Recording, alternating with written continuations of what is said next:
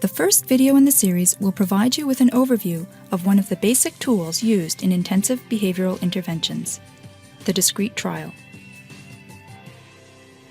The discrete trial is made up of several distinct components. Nice sitting. Good girl. It begins with the SD, or discriminative stimulus. Do this. This is the instruction given by the therapist to the child. Next, the therapist either waits for the child to respond or provides some help in the form of a prompt if needed. Finally, once the child has responded, the child is given reinforcement, a reward for a correct response or a correction for an incorrect response. Yep. Let's try it again. Do this. All right, good trying. I like how hard you're working. You have just witnessed one discrete trial. After a brief pause, the therapist then begins another complete discrete trial. A discrete trial is made up of the following three components: an SD in the form of an instruction by the therapist to the child, a response from the child or a prompt from the therapist, and finally, reinforcement or correction if necessary from the therapist. Let's now examine each of these three components in detail, starting with the SD. Though generally an oral instruction, an SD can also be nonverbal, such as a picture, a toy like Mr. Potato Head placed on a table, or the sight of a swing. You are super! A good SD must follow several guidelines in order to be effective. First, all SDs should be clear and consistent. They should be free of extraneous information. And finally, they should be delivered in a voice slightly louder than a normal speaking tone. Now we will demonstrate what a good SD looks and sounds like. Do this. Way to go! Wonderful! Touch half. Oh, whoa! Oh, that sounds so neat! Doing match. Whoa! Now we will demonstrate what a poor SD looks and sounds like. Touch my nose. Whoa! Put one up for me. Where's my nose? That's right! Wow! Find my nose. Oh, that's super, Corey! We will play the good SD once again. Take note that the therapist speaks clearly and consistently, uses a short, concise instruction without extraneous information, and speaks slightly louder than he or she normally would. Do this. Way to go! Wonderful! Touch half. Oh, whoa! Oh, that sounds so neat!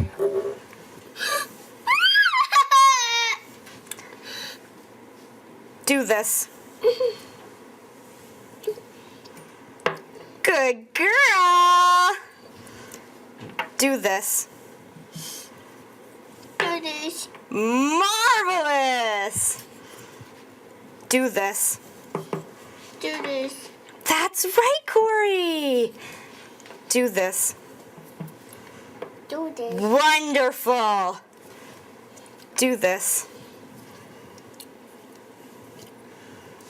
Do this. Oh, amazing! Let's go play!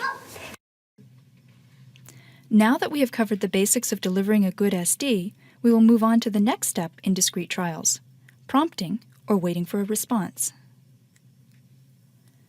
When first beginning to teach a new task, the therapist should immediately prompt after giving the SD. 1.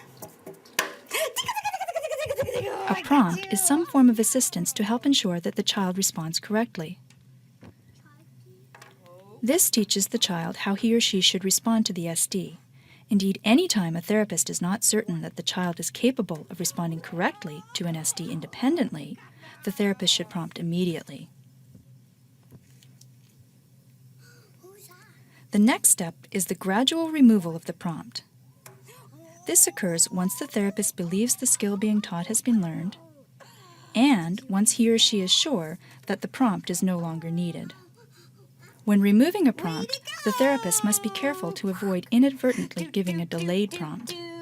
This situation can occur when the therapist thinks the child knows the correct response.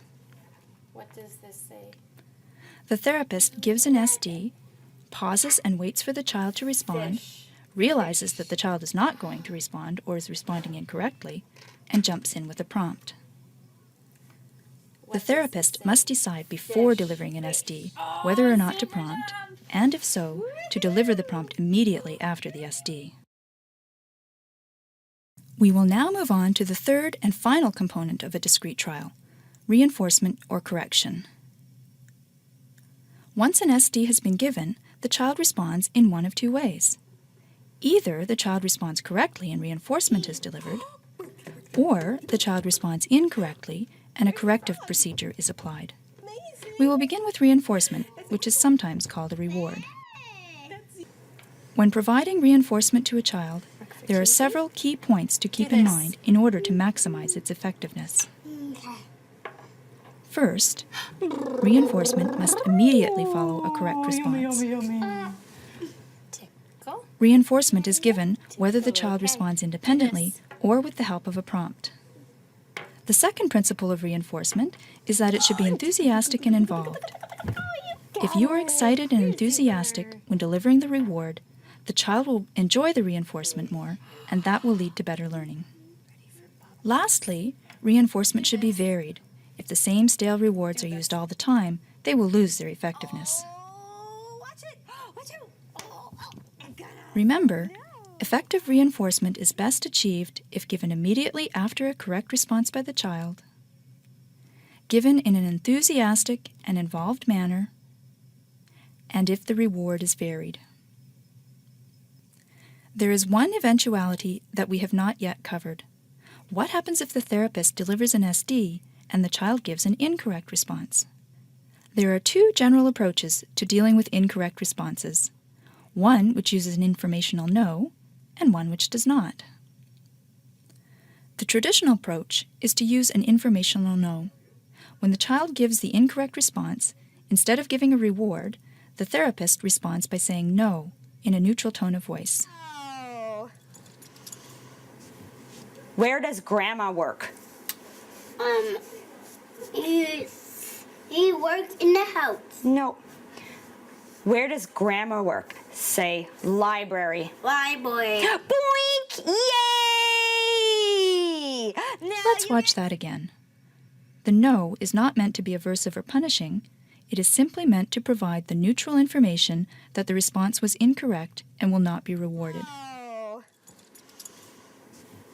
Where does Grandma work? He works in the house. No.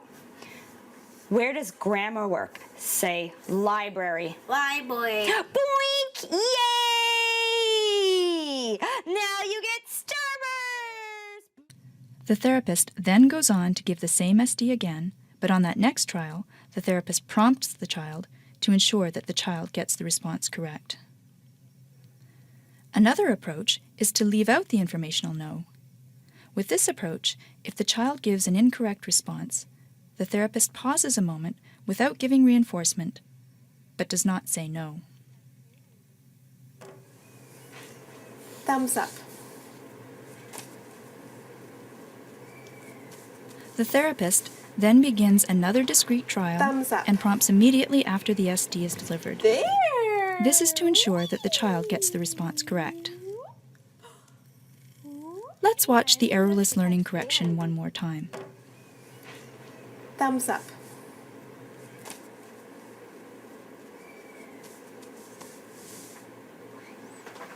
Thumbs up. There.